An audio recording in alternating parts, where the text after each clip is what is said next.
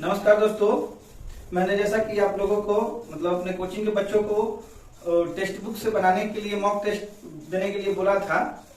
तो आप लोगों ने बहुत सारे क्वेश्चन मेरे व्हाट्सएप पे मैसेज किए हैं, जिसका सॉल्यूशन मैं आज इस वीडियो के माध्यम से आप लोगों को दूंगा और आगे भी प्रयास करूंगा कि जो आपका क्वेश्चन बताने में टाइम वेस्ट होता है, तो जब तक मैं पढ़ाता हूँ उससे हट के मुझे बताना पड़ता है, जिससे सही पता है इस पर। तो इसलिए मैं वीडियो के माध्यम से इसका सॉल्यूशन दूंगा। आप लोग कोशिश करिएगा कि मेरा वीडियो देखें और अपना जो भी मतलब क्वेश्चन फंस रहे हैं टेक्स्ट बुक के माध्यम से जो आप लोग टेस्ट दे रहे हैं, फिर से आप मैसेज करेंगे तो आगे के भी क्वेश्चन का जवाब मैं यहीं देने का प्रयास करूंगा। ठीक है, आइए देखते हैं। किसी बच्चे ने भेजा है कि ये पाई चार्ट का क्वेश्चन भेजा है कि मान लीजिए कि एक घर को चलाने के लिए जो टोटल व्यय है ये एक पाई चार्ट के माध्यम से दर्शाया गया है, जिसमें 40% खाना पे, 10% बचत, 9% घर पे और 20% शिक्षा पे, 6% अन्य खर्च और 15% कपड़ों पे खर्च किया जा रहा है। तो इसको दोस्तों देखिए, ये परसेंटेज में वैल्यू दी गई है। इसको पहले आप सीखिए कि इसको हम लोग डिग्री में कैसे कन्वर्ट करते हैं। जैसे कि अगर टोटल वैल्यू अगर किसी भी वस्तु की देखी जाए तो कितनी होती है, 100% होती है। ठीक है, लेकिन अगर इसको डिग्री में कन्वर्ट कर दिया जाए तो एक वृत्त कितने डिग्री का होगा, 360 डिग्री का। ठीक है, तो कभी कभी इस क्वेश्चन में आपको परसेंटेज वैल्यू दिखेगी और कभी ये वैल्यू डिग्री में दिखेगी। ठीक है, आइए देखते हैं इसमें क्वेश्चन क्या है। यदि घर पे किया गया खर्च कपड़ों की तुलना में 1680 रुपए अधिक है तो वार्षिक बचत बताइए। अब इसमें करना क्या है, घर पे किया गया खर्च देख लेना है जो कि 9% है, और उसके बाद देख लेना है कपड़ों पर किया गया खर्च। कपड़ों पर किया गया खर्च कितना है, तो 15% है। और दोनों में कितना का अंतर है, 15% में और 9% में अंतर जो है वो कितना है, 1680 है। यहाँ आप देख रहे हैं 1680 है, यहाँ आप देख रहे हैं कि ये कितना अधिक है, तो 6% अधिक है, लेकिन बुक में क्या दिया है, 1680 रुपए अधिक है। ठीक है, अब 1% की वैल्यू आप यहाँ से निकाल लेंगे, 1680/6। ठीक है, 6 से हम लोग इसको कटा लेते हैं, 6 दूनी 12, 6 8 48। 1% की वैल्यू कितनी होगी, 280 रुपए। अब पूछा जा रहा है कि वार्षिक बचत बताइए। बचत कितनी दी गई है, 10%। आप लोग 10% की वैल्यू कैलकुलेट कर लेंगे, 10 से गुणा कर देंगे इसमें, तो कितनी हो जाएगी, 2800 रुपए। यही हमारा आंसर हो जाएगा। ठीक है, अगर इसी क्वेश्चन में, मैं इसको मिटा दूं एक बार, इसी क्वेश्चन में अगर आपसे मान लीजिए कि आपसे इस खाना पे जो खर्च हो रहा है 40%, इसी का मान अगर डिग्री में पूछा जाए तो आप कैसे कन्वर्ट करेंगे। देखिए 100% जो है, याद रखिएगा हमेशा किसके बराबर होगा, 360 डिग्री के। तो 1% 360/100 हटा लेंगे आप इसको, तो 18/5 डिग्री के बराबर होगा। कितने डिग्री के बराबर होगा 1%, 18/5 डिग्री के। अब अगर आपको कहा जाए कि खाने का खर्च बताइए और सभी विकल्प डिग्री में हो, तो इसको क्या करेंगे, खाने का खर्च 40% है, 1% की वैल्यू हमें प्राप्त है 18/5, 40% की वैल्यू क्या हो जाएगी, 18/5 गुणे 40, 8, 18 8 में गुणा करेंगे तो 144 हो जाएगा। तो ये वैल्यू क्या हो जाएगी, डिग्री में वैल्यू हो जाएगी। तो ऐसे क्वेश्चन अगर आते ही हैं, यूपी पुलिस में भी ऐसा क्वेश्चन पूछा जाता है। मतलब ये एक चैप्टर होता है DI, डाटा इंटरप्रिटेशन, तो उसमें ये पूछा जाता है, इसको पाई चार्ट बोलते हैं। तो इससे और भी क्वेश्चन अगर आपके फंसे हो तो आप भेजिए, मैं इसका सोल्यूशन दूंगा। आप डिग्री को कन्वर्ट करने के लिए क्या करेंगे, डिग्री को आप परसेंटेज में कन्वर्ट कर सकते हैं या परसेंटेज को डिग्री में। तुलना करने के लिए 100% बराबर होगा कितने डिग्री का, 360 डिग्री। Thank you. मासिक बचत आया था 2800 रुपए, विकल्प में दिया गया है वार्षिक बचत पूछा गया है, तो 2800 गुणे 12 कर देंगे, 33,600 रुपए होगा। तो आज का दूसरा क्वेश्चन आइए देखते हैं। यदि किसी कमरे की लंबाई व चौड़ाई क्रमशः 15 मीटर 17 सेंटीमीटर तथा ये लंबाई है और ये चौड़ाई 9 मीटर 2 सेंटीमीटर चौड़ाई है, तो इसके लिए उपयुक्त वर्गाकार टाइलों की न्यूनतम संख्या कितनी होगी। ये क्वेश्चन कई बार परीक्षाओं में पूछा गया है।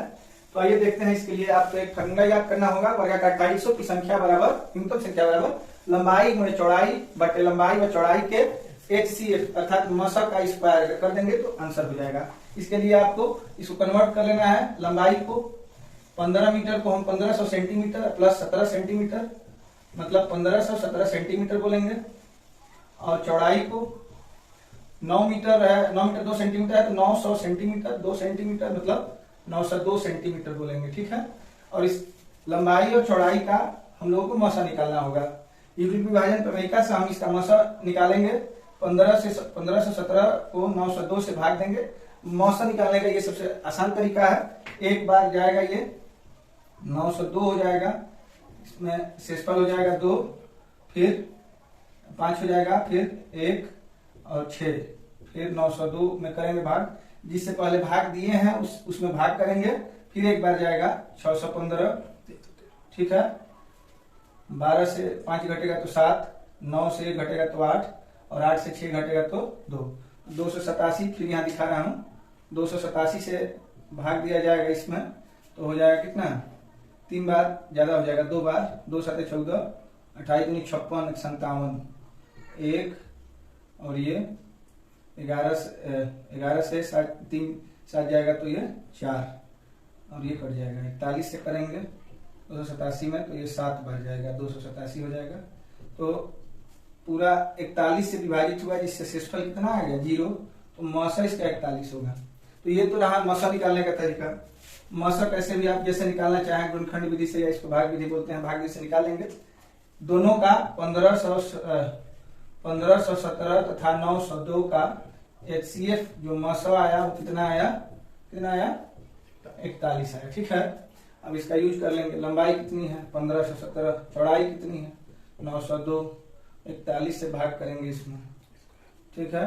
41 का स्क्वायर है तो 41 में 41 से भाग करेंगे, ये हो जाएगा 41 दूनी 82, 8 41 दूनी 82, 22 बार में ये कटेगा। इसको कटाएंगे तो 41 तिया 123, और फिर 7 बार में जाएगा क्या देख लेते हैं यहाँ पर 1517 भागे 41 तो 37 बार में कटेगा। अब इसी को गुणा कर लेना है, 8 से 14 आ जाएगा यही आंसर, ठीक है। तो आपको ये क्वेश्चन सॉल्व करने के लिए कुछ करना नहीं है। मौसा आप इसका कैलकुलेट करेंगे। पहले तो ये मीटर सेंटीमीटर में है तो हम सभी को सेंटीमीटर में कन्वर्ट कर लेंगे। ये जो 15 मीटर है 15 सेंटीमीटर हो जाएगा, और 17 सेंटीमीटर मिलकर 15-17 सेंटीमीटर हो जाएगा। तो लंबाई इतनी हो गई, चौड़ाई टोटल सेंटीमीटर में 902 सेंटीमीटर हो गई। और इसका HCF मैं कैलकुलेट किया तो 41 आया, जो कि आप छोटी कक्षाओं में सीख चुके हैं कि भाग विधि से या कक्षा 10 में दिया गया है। यूक्लिड विभाजन प्रमेयिका की सहायता से हम लोग इसका मौसा कैलकुलेट करेंगे। अगर आप लोगों को मौसा निकालने में समस्या है तो जरूर बताइएगा, मैं आपको एक बार बढ़िया से यूक्लिड विभाजन प्रमेयिका बता दूंगा।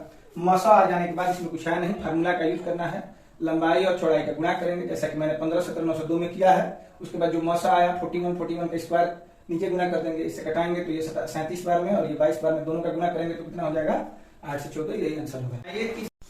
इस प्रचंड गर्मी में मैं पंखा बंद करके वीडियो बना रहा हूं ताकि आपको पंखे से कोई डिस्टर्बेंस ना हो। इसी क्रम में तीसरा क्वेश्चन अभिनव जी का आया है। एक तांबे का तार जिसकी त्रिज्या 0.5 मिलीमीटर है और लंबाई 42 से 2/3 मीटर है, गलाकर 8 सेंटीमीटर त्रिज्या के गोले में बदला जाता है। आर का मान ज्ञात कीजिए, ठीक है। तो मैंने आपको बताया था कि कभी किसी एक आकृति को दूसरे आकृति में कन्वर्ट किया जा रहा हो तो दोनों का आयतन बराबर होता है, ठीक है। तो तार के विषय में आप जानते हैं कि वो एक बेलन है और इसी बेलन को गला के गोले में कन्वर्ट करना है। लिखेंगे क्या, बेलन का आयतन बराबर हो गया गोले के आयतन। बेलन तार के लिए मैं लिखा हूं क्योंकि तार का आकार बेलनाकार होता है, ठीक है। अब इसका आयतन क्या होगा, तो पाई आर स्क्वायर एच, गोले का आयतन 4/3 पाई आर क्यूब। गोले का आयतन कैपिटल आर से दर्शाना है और बेलन का आयतन मतलब तार का आयतन मैंने स्मॉल आर से दर्शाया है, ठीक है। दोनों तरफ से पाई कांस्टेंट वैल्यू है, इसको मैंने काट दिया। आर स्क्वायर का मतलब कि त्रिज्या बेलन की कितनी है 0.5 है, 0.5 है, और इसका स्क्वायर करना है तो 2 बार लिखेंगे हम लोग। लेकिन ये मिलीमीटर में है तो इसमें 10 से भाग किया जाएगा ताकि ये सेंटीमीटर में बदल जाए। एक होती तो केवल 10 से, लेकिन यहाँ 2 है तो 2 10 से भाग देना पड़ेगा, इसको ध्यान में रखेंगे। उसके बाद h है 42 सही 2/3, 42 सही 2/3 का मतलब होता है 126 2 28/3, और ये मीटर में है तो मैंने 128/3 रख दिया। लेकिन मीटर को सेंटीमीटर में बदलने के लिए 100 से क्या कराना पड़ेगा, गुणा, क्योंकि 1 मीटर में कितने सेंटीमीटर होते हैं 100 सेंटीमीटर। अब आर स्क्वायर एच की वैल्यू इधर मैंने रख दी है 4/3 आर क्यूब। अब 3 से 3 हम लोग कटा देंगे, 4 से कटाएंगे तो 4 तिया 4 दूनी 32 हो जाएगा। डबल जीरो से ये 10 कट जाएगा। 50 25 2 अंक पे दशमलव लग जाएगा गुणे 32 बराबर इधर आ जाएगा r3। आपको मैं यहाँ बताते चलूं कि कभी भी 25 आपको दिखे तो जो संख्या जिससे गुणा करना है उसको 4 के खंड में तोड़ लेंगे। जैसे 32 को मैं किसमें तोड़ूंगा 4 गुणे 8 और इसको आप चौनी मानिए। 4 चौनियां मिलकर 1 रुपया हो जाएंगे और 1 में 8 से गुणा होगा तो कितना हो जाएगा 8। आर क्यूब का मान हो जाएगा 8 तो आर का मान हो जाएगा क्यूब है तो क्यूब रूट निकालना होगा। 8 का क्यूब रूट क्या हो जाएगा 2 हो जाएगा और यही हमारा आंसर हो जाएगा। ठीक है। आज का चौथा क्वेश्चन देखिए, एक महिला के पास 1 रुपये 50 पैसे 25 पैसे के 480 सिक्के हैं। सिक्कों के मूल्य का अनुपात 2:3:4 है। सभी सिक्कों के एक साथ कुल मूल्य ज्ञात करें। तो इसके लिए हम लोग क्या करेंगे 3 कॉलम बना लेंगे। ठीक है। और इसमें लिखेंगे, पहले में लिखेंगे सिक्का, दूसरे में लिखेंगे संख्या और तीसरा में मूल्य रुपए में। ठीक है। कुछ करना नहीं है, कभी भी ऐसे क्वेश्चन मिले तो आपको यही 3 कॉलम बना लेना है। सिक्के इसमें मिल रहे हैं आपको 1 रुपया 50 पैसा और 25 पैसे का। ठीक है। जैसा कि क्वेश्चन में बताया गया है, सिक्कों के मूल्य का अनुपात दिया है, मूल्य के क्रम में लिखेंगे। अगर सिक्कों की संख्या का अनुपात दिया गया होता तो संख्या में लिखते हैं। लिखेंगे 2 रुपया 3 रुपया और 4 रुपया। अब इससे आपको सिक्कों की संख्या ज्ञात हो सकती है। ठीक है। कैसे ज्ञात होगी संख्या, तो देखिए 1 रुपया से कितने सिक्के होंगे कि 2 रुपया बनेगा, तो दो सिक्के होंगे तो 2 रुपया बन जाएगा। 50 पैसे से 3 रुपया बनने के लिए कितने सिक्कों की जरूरत होगी, तो 6 अठनियां आपके पास होंगी तो कितना रुपया बन जाएगा 3 रुपया। वैसे ही ये 25 पैसों के सिक्कों से 4 रुपया बनने के लिए, अब चौनी 4 होगी तो 1 रुपया बनेगा। 4 रुपया बनने के लिए कितनी चौनियां होनी चाहिए 16 चौनियां होनी चाहिए, मतलब 25 पैसे के सिक्के 16 होने चाहिए। ठीक है। अब यहाँ देख सकते हैं 16 2 18 18 6 सिक्कों की संख्या हमें यहाँ कितनी मिल गई 24 मिल गई, जो कि प्रश्न में कितना दिया गया है 480। इसकी तुलना कर लेनी है हमको।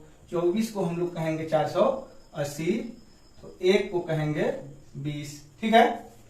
अब 1 की वैल्यू जब हमको पता हो गई तो बताना क्या है, कुल मूल्य ज्ञात करना है। एक साथ कुल मूल्य, तो देखिए कुल मूल्य 2 3 5 4 9 रुपया कुल मूल्य होगा।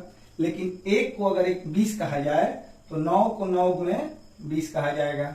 9 दूनी 18 कितने रुपए हो जाएंगे 180 रुपया।